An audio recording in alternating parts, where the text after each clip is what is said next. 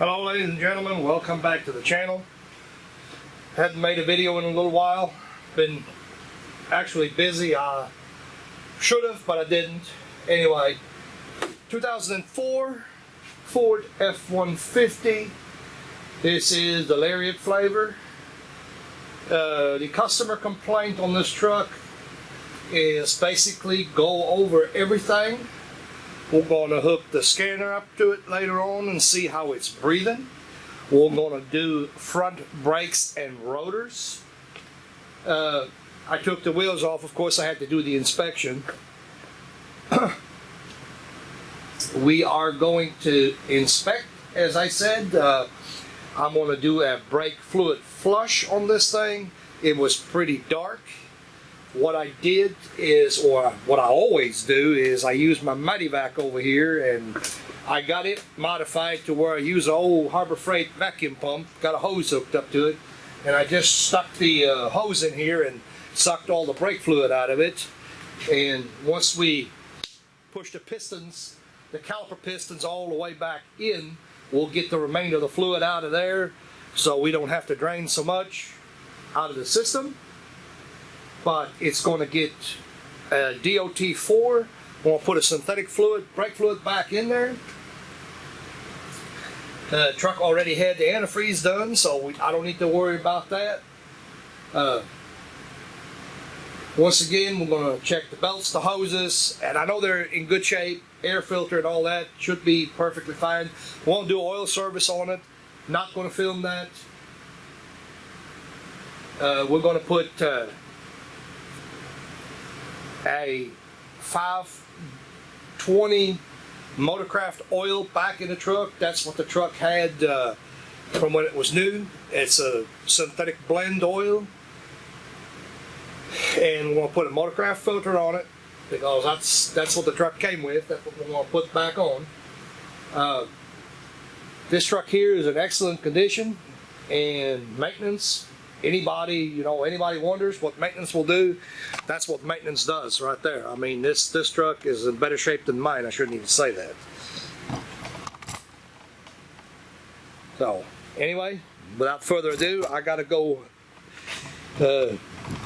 call the parts in, get them on the way, and we'll start the disassembly on the brakes. We'll do that first.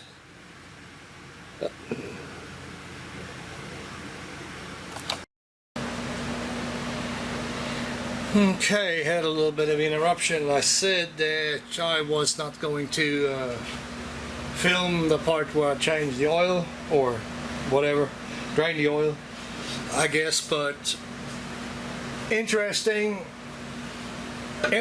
enough, right away when I started taking the plug out of here, let me get a light. I may not be able to see anything.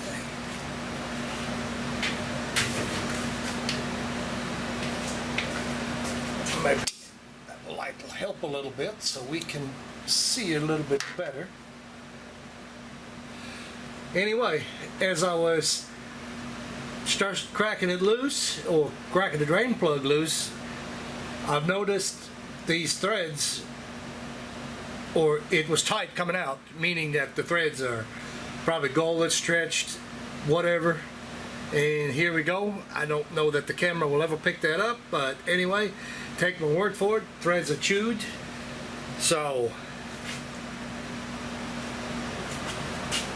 the only thing that we can do about it is use a little bit of grease on the tap and see if we can chase these threads and hopefully not lose the oil pan in the process.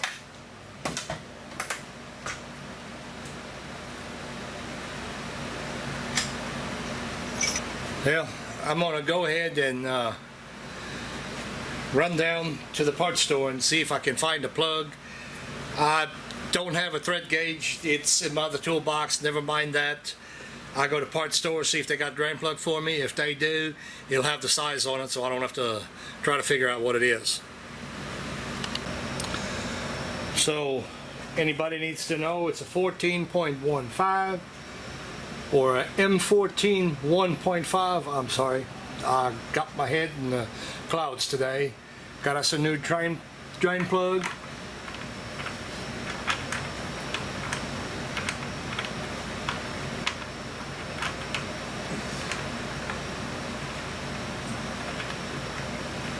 Come on, go in already. Alright, my fingers are slick, sorry about that. Can't grip onto the damn thing. Got oil dripping all over it.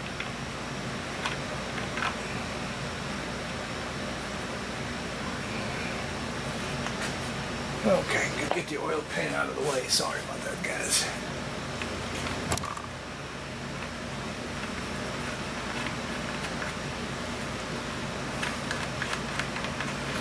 Well, apparently it was just the screw itself, or the plug itself, that was messed up.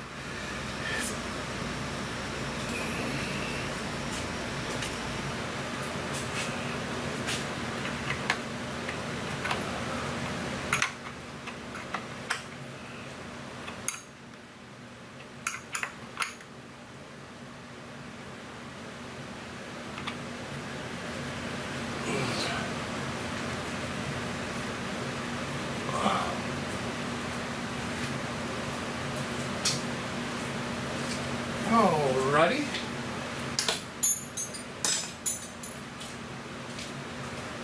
But anyway, if you ever have to chase the threads, be careful doing it.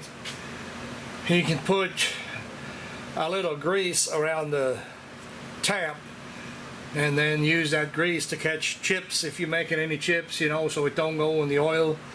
You're really worried about, get you some cheap oil and flush through it. It doesn't matter, whatever. Either or work.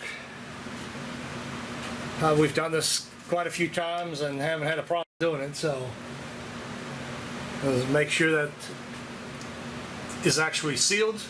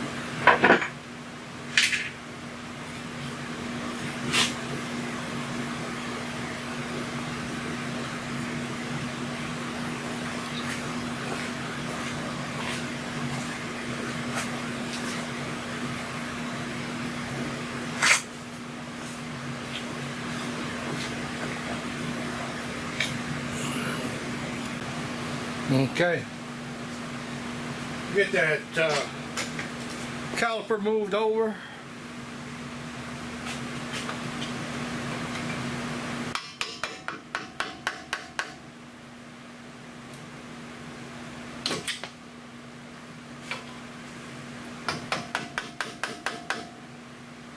That light right in the way. Sorry about that.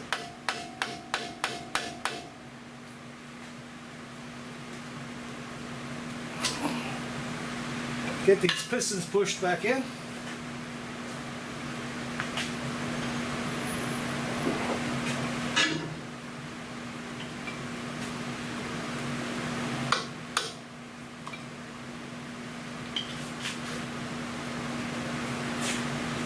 That's good enough.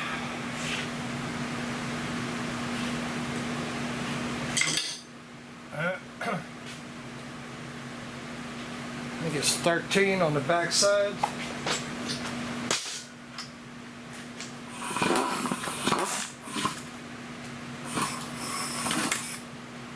$13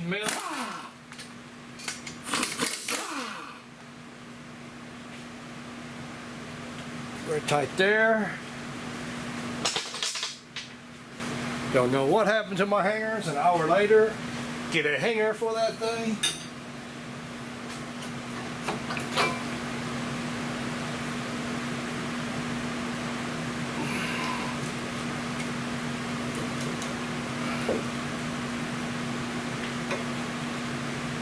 rod, the same thing.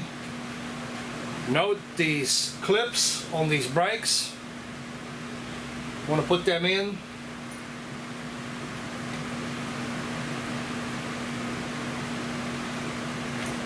Same way, of course, we bought ceramic brake pads that should have that hardware kit. They should have new clips and all that good stuff.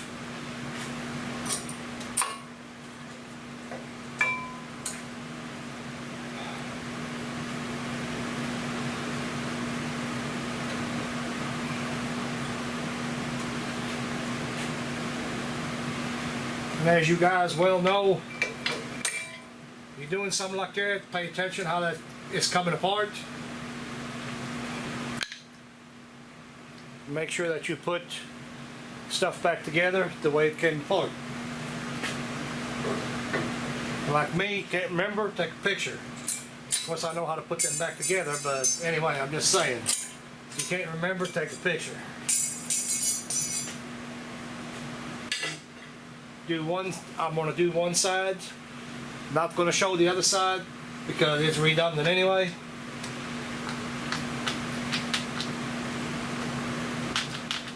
The slides on the caliper bracket.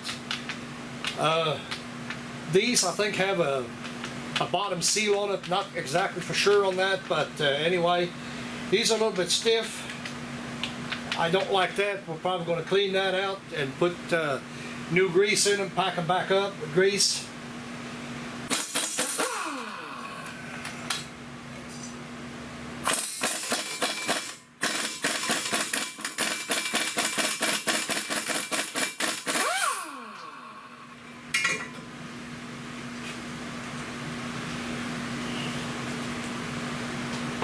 You guys want to, you can always put thread locker on it. That's what that yellow stuff is, the residue here.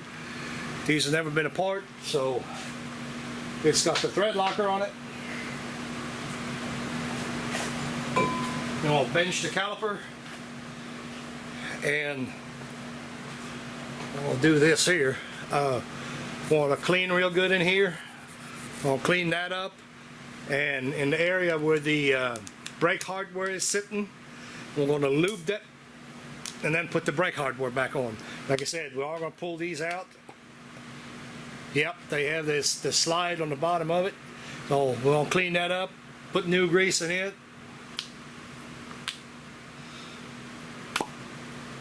Yep, there, that one is black, so I don't like it.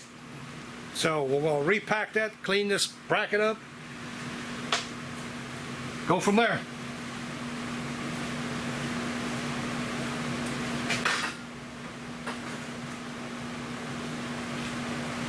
Oh, axle nut. Takes a long ratchet to get that broke loose.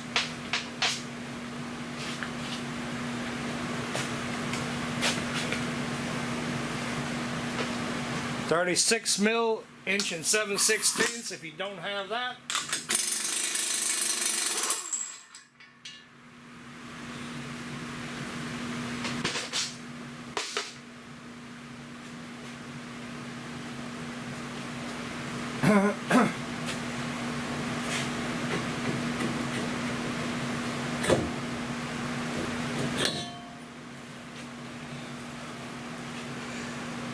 he's got the bearings. Of course, got a tone ring for ABS.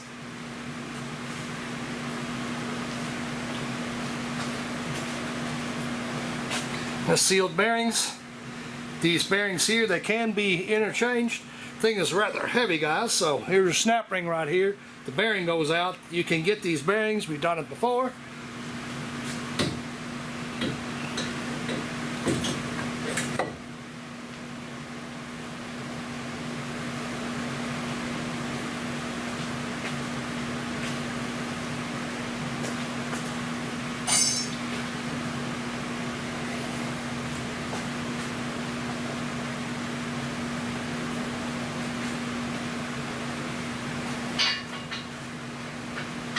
You ever pull on these with a ratchet, guaranteed them things are tight. So if you have an impact, just run them up with the impact, with a good impact, and it'll be fine. You know, we've done enough of them. I ain't hurt one yet. I mean, I'm not telling you to take a 3/4 inch impact and just wail around on that thing. That's not what I'm saying. Just a good snug, it's not going to hurt that bearing.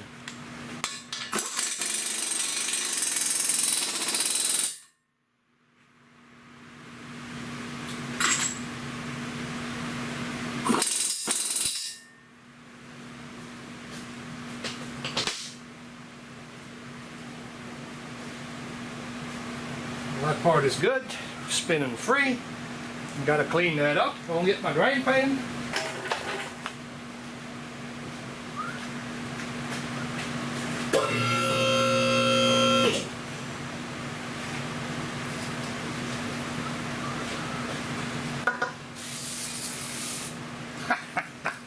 And of course the can is empty. It always is empty.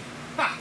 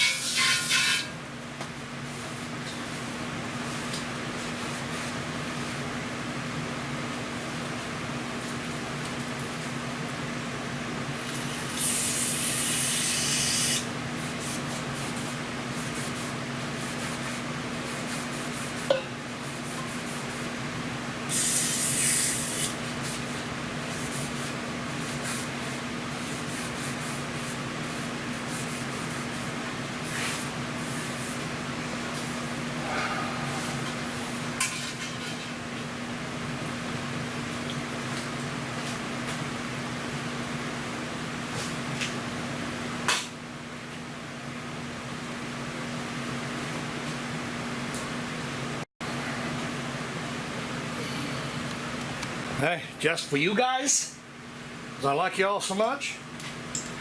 295 foot-pounds.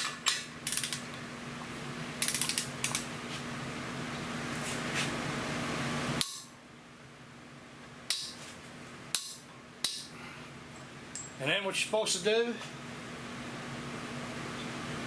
5 times counterclockwise.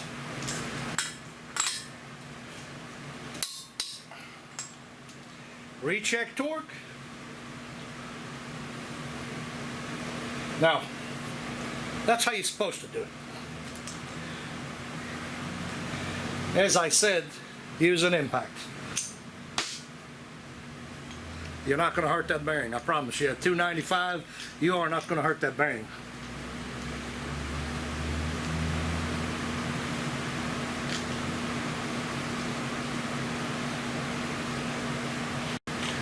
Of course, I will add to it, know your equipment. If you don't know what you got in an impact, well, maybe use a torque wrench. I don't know. It's a done deal. It spins freely, as I thought it would. Anyway, you're going to have this castle cap. And then we have our cotter key that we removed earlier.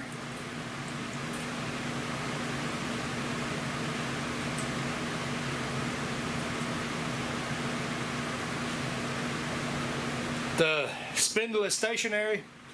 Just, this ain't nothing, it's just something that I've always gone by. The spindle being stationary, it don't turn.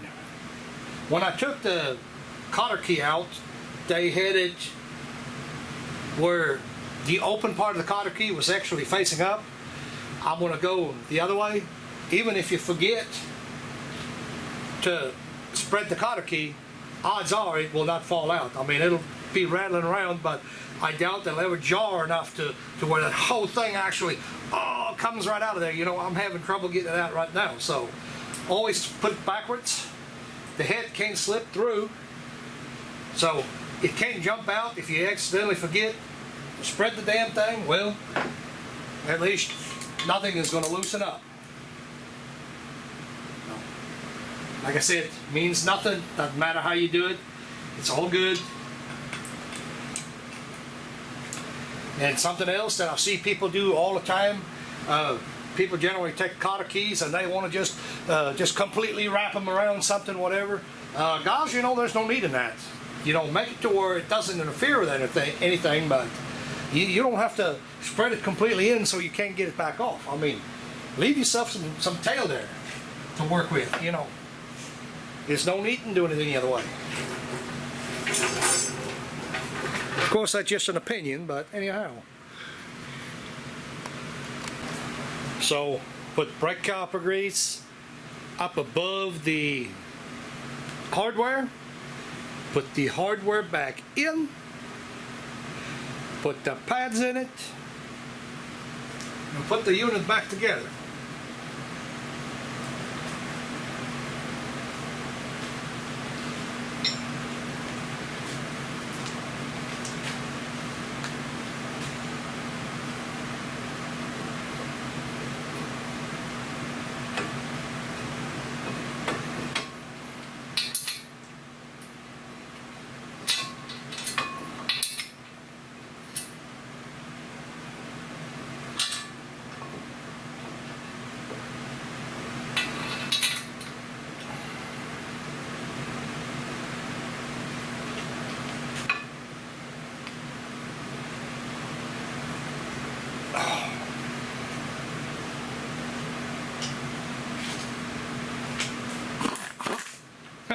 Again, that's 18 mil.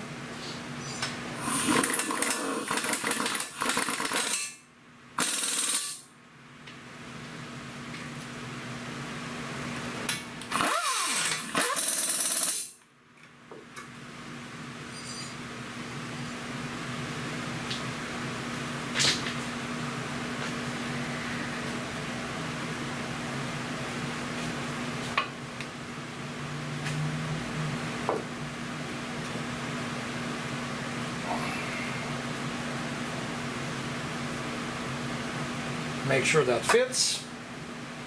Maybe we have to press this a little bit more, and we do. That's what I was trying to check. Careful with these hoses. This unit is heavy. Don't need to mess around with that too much.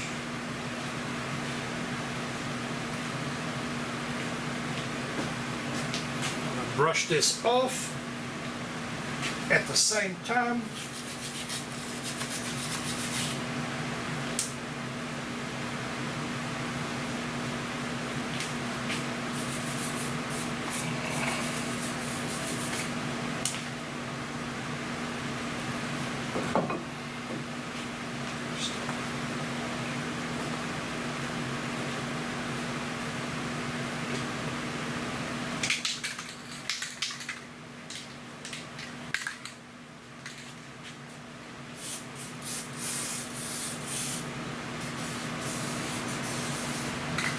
Give it a little lubrication.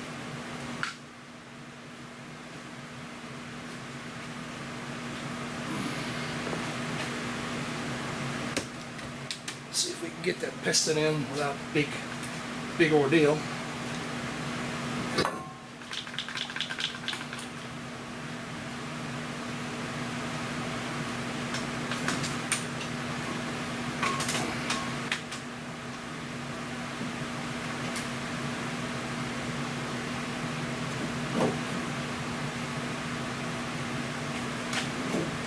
I'm sorry guys, I know I'm riding away.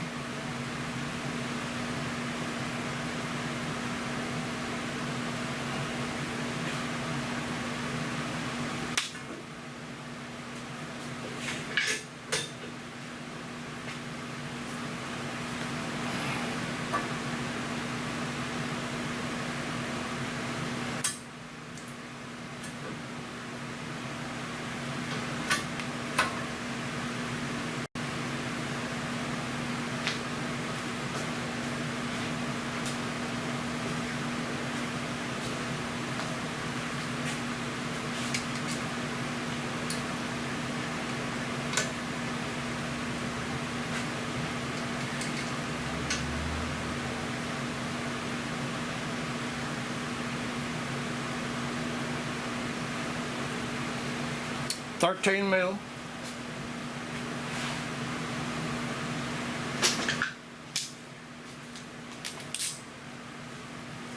Don't use the impact.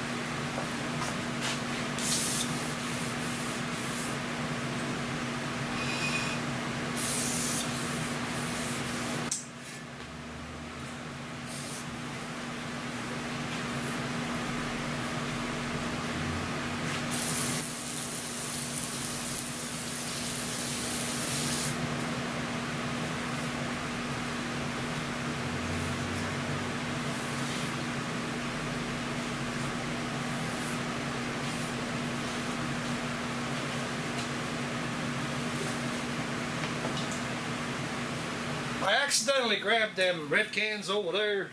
I always use the Harvest King stuff. It's pretty fair stuff.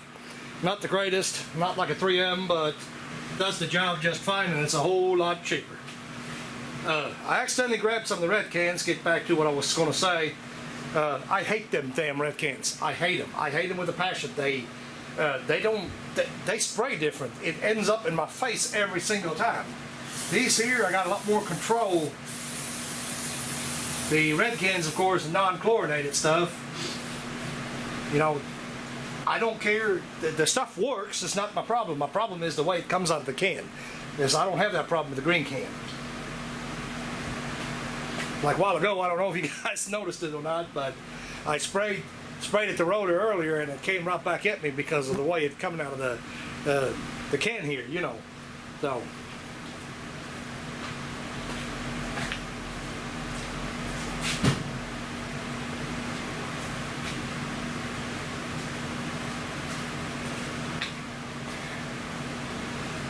I'm going to step in here one more time. 295 foot-pounds.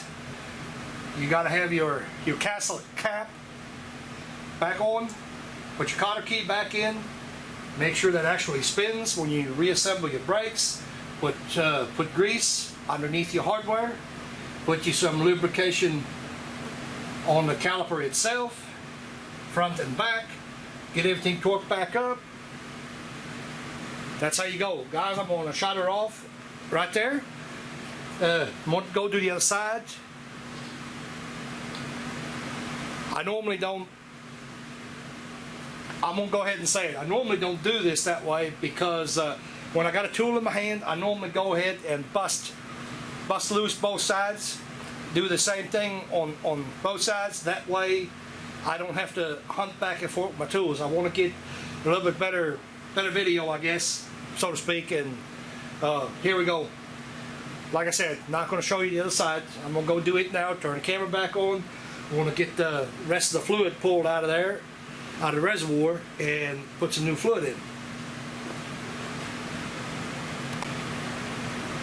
Okay, guys. Not going to make excuses. Not really funny. I've had a headache all day, but that's neither here nor there. I made a mistake.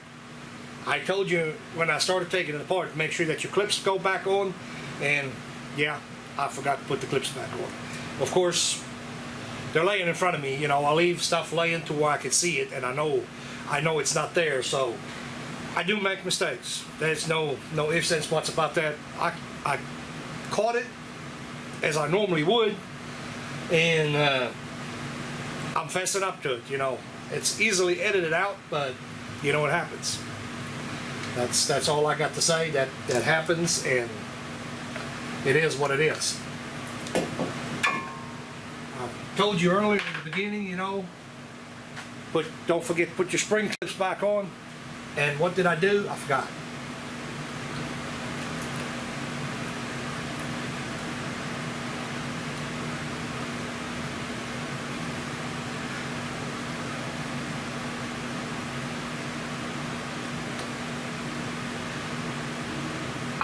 Kind of felt weird because that normally don't go together that easy. Anyway, not a big deal. I owned up to it.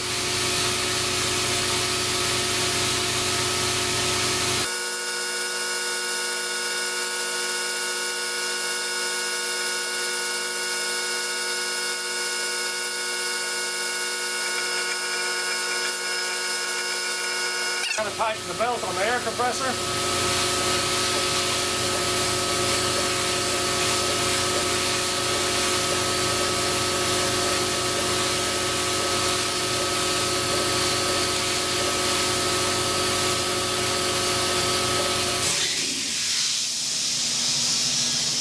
So once again, guys, it happens. It does happen, but I always, like I said, I'll always have my stuff laying out to where stuff like that cannot be forgotten. I fessed up to it, so now you know. You seen me make a mistake. Not going to edit the video at all, so there it is.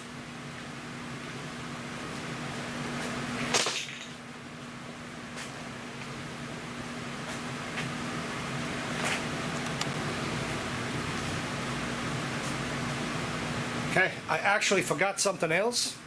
Well, not forgot to do, but forgot to say. Your castle cap, there should be a daub of, well, I don't know what the factory uses. It looks like black silicone, whatever.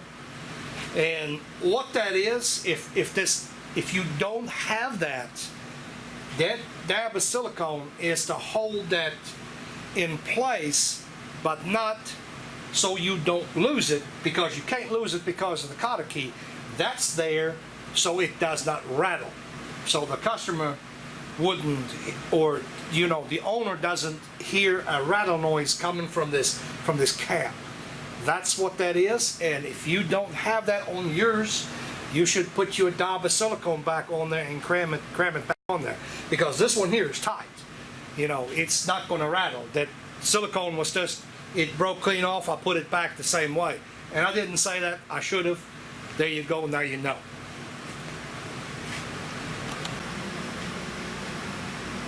So while I was at it, we inspected all the bushings, the ball joints, kind of went through everything else at the same time. And as I was saying, we're going to go topside now, lower this thing back down, and the next thing we're going to do is get the remainder of the fluid out of the brake reservoir. I'm going to do that now. Man. Whew, my head hurts.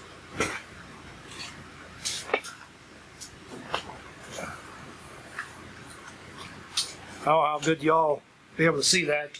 But what I did is I added, I got one of them little Mighty Vacs, it's the hand pump type, and I put my fitting in there, and I used one of them old Harbor Freight vacuum pumps, because they normally pretty quiet, so I use that, and I just turn it on and it'll pull vacuum in there for me.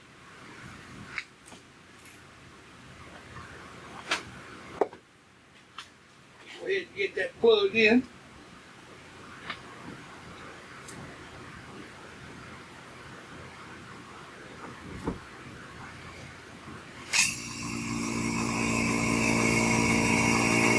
It's one of the vacuum pumps that you use on the air conditioning. But now I just take my hose and get the rest of it out of here. See? Pulls it right out. Takes a second to pull it out of there. So as you can see, I don't know if the camera sees it, but it was pretty nasty coming up in the hose here.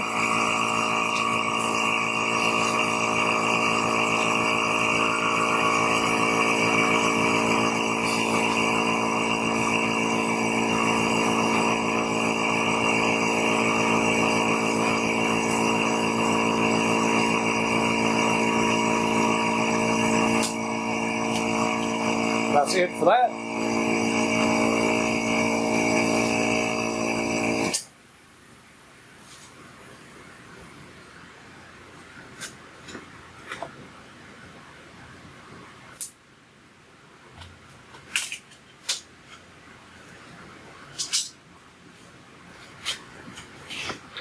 Well, it just makes it a little bit easier.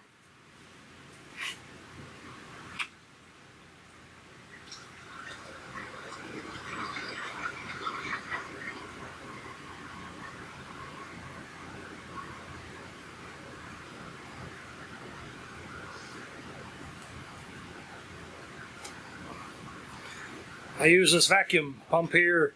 Normally, oh, I guess I'll show you. Normally the way it operates is you just pump it up and that's what pulls the vacuum in here in a container. But like I said, I'm lazy, so I went ahead and hooked the vacuum pump to it. No, actually, I did it for reasons of it's quicker. It's better than trying to sit here and try to pump and hold the hose in there. You know, yeah, I probably should do that again. But anyway, that's the reason I put the hose in there, vacuum. It just makes it more convenient for me. And be careful not to stab around in that tank here. Remember, there is a float in there for your brake fluid level. So don't destroy that in the process of doing this. Be careful when you stick a hose in that.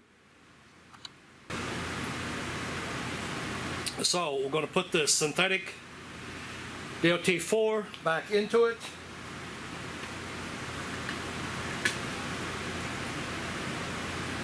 Nice clean fluid.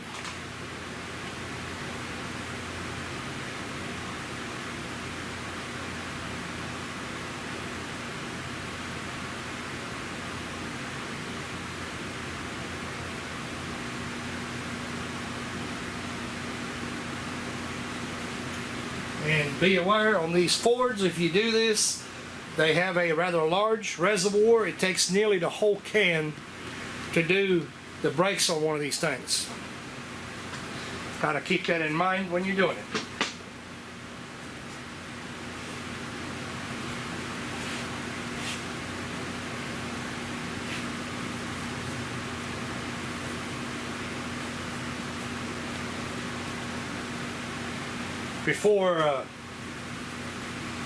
Before I open the bleeder up, since there shouldn't be any air in the lines right now, because all I did is pull out and replace right back. So any air that is trapped obviously goes up the top. So we don't have a problem there. So I'm going to go ahead and pump the brakes up before I open the bleeders.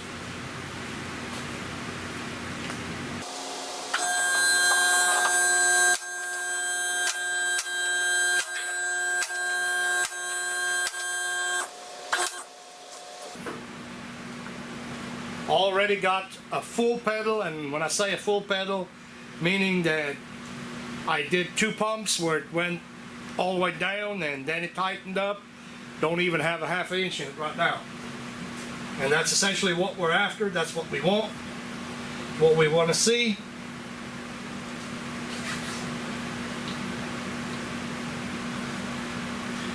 See it too often. This is the covers. Guys, if you take them covers, the little plugs, whatever you want to call that, when you take them off, put that back on. Man, too often you see them bleeders that are in there, rusted in there so badly, nobody can take them apart.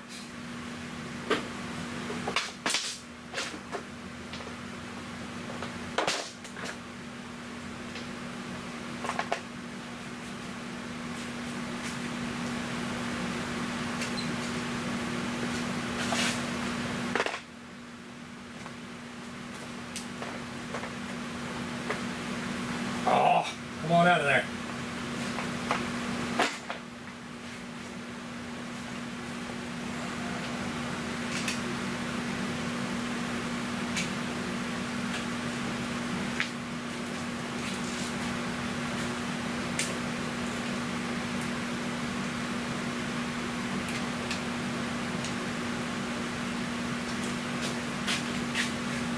Get me a pan.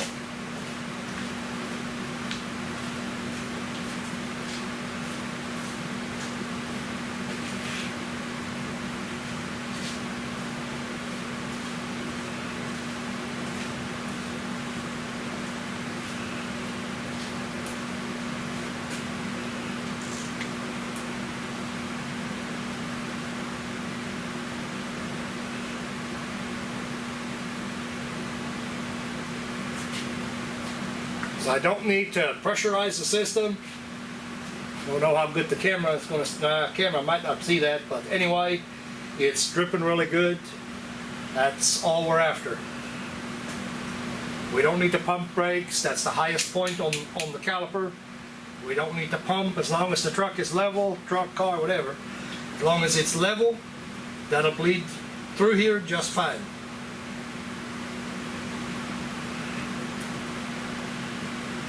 Get some of the old fluid out of them lines. We can use, of course, we could use a little Mighty Whack on this here as well. We could actually suck the brake fluid out.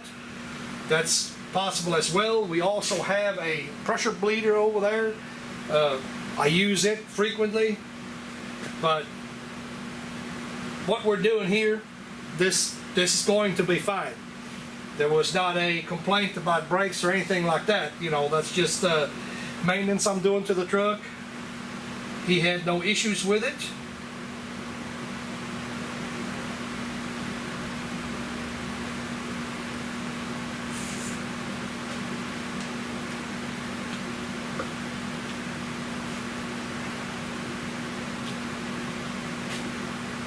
Put the plug back on. Move on to the other side.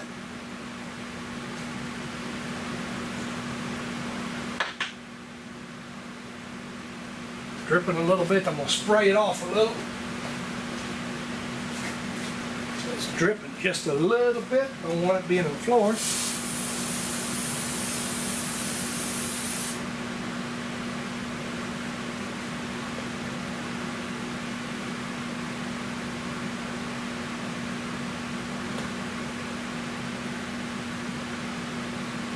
Okay. And we're going to do the same thing on the other side. And I'm going to go to the back and let it bleed a little bit. Do the same thing there. Not going to film all of it for the sake of not having such long videos like I always do. So after that, I guess I'll finish the story here. After that, I'm going to go topside. And on the reservoir, yeah, I'll turn the camera back on when I go back up. I'll show you. So get that camera over here. Make sure that you can see, okay? So there is marks for a minimum and a maximum. The minimum being down here, the maximum is up here. I've had that thing full to the rim a while ago. I've drained it just a little below the maximum. And the reason I did that, we've drained everything, we've flushed everything through the lines. And the reason I fill that just below the maximum is the rear brakes on this truck are not all that worn. They're only slightly worn. Well, I shouldn't say that. They're more than, let's say we got half the pad. I shouldn't have said it the other way. We got half the pad on the rears. We had almost none of it in the front, so we were down to a little nothing. And we had, of course, we had chewed up rotors. Minimum thickness on the rotor is 1/125. These would have been below if I'd have cut them. So that's why we put new ones on here in the first place. And to get back to this minimum and the maximum, I see a lot of service shops that, and I say service shops, you know, they like to top off fluids. That bugs the crap out of me. And here's why. When you top off this fluid, as you're using the brakes, you know, as the pads get worn down, what that's supposed to be doing is when that pad goes from maximum to minimum, that is a general indication that you need brake service. Not because your fluid just vaporized and went up into thin air, but no, because the pads are worn. As the pads wear and get thinner and thinner and thinner, the piston's going to come out more and more and more and more, and it takes more and more of that fluid inside the chamber. That's why this is going down and the pistons are going out. And this is the indicator, or is part of an indicator for your brake pads as well, because normally these systems are kind of volumetrically matched to whatever brakes are on the automobile. So kind of keep that in mind when you want to top off something. You don't top off. If there's something, you know, if there's a reason for you to actually having to top it off, then go fix your problem. You know, fix the problem first before you put anything else in it.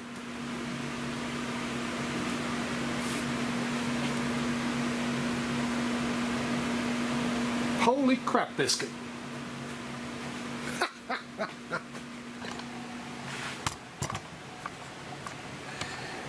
Oh, I shouldn't even be saying that. That's funny.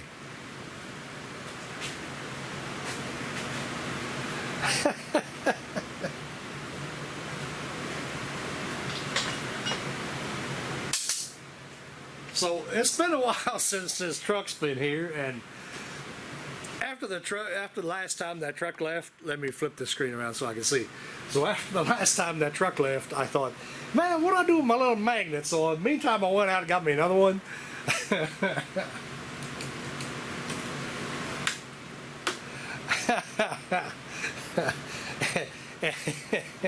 And I know that's mine because that's what I had, a green one.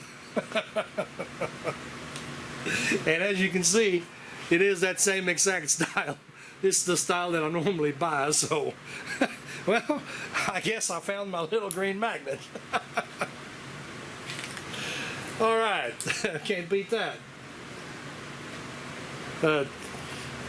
Anyway, I guess that kind of made my day because that's been laying there for a little while. So anyhow, I got my magnet back.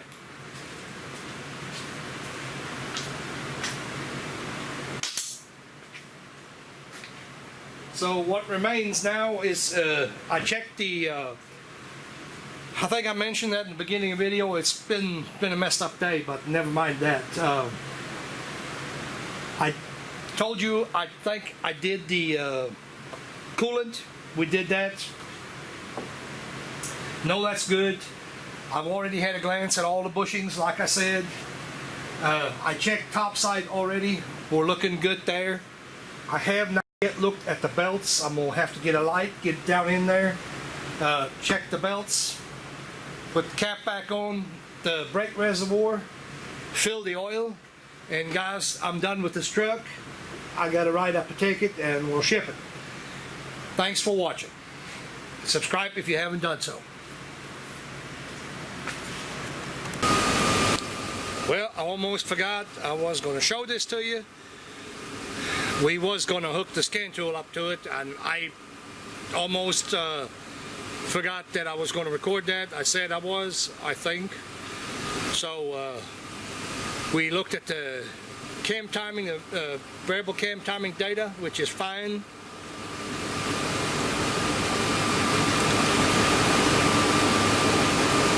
And the other thing I'm going to look at, this is long-term and short-term fuel trim. Actually, let's go to a custom list because that's all I'm really interested in seeing. Short-term, short-term, long-term, long-term. These are the ones that I want to see. Long-term is 8 and 10, not too bad. Short term on both banks is pulling -2, from 2 to -2 anyway, so that ain't that bad.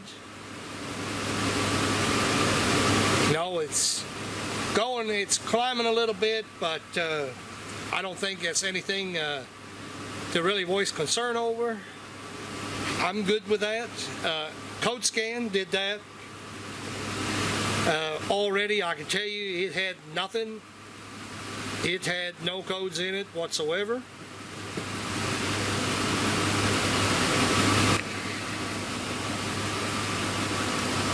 Well, I take that back. It had a brake pedal input circuit open, but that was nothing. That was me. Other than that, all module reported no codes. So once again, thanks for watching. Subscribe if you haven't done so. Comments, know where to put them.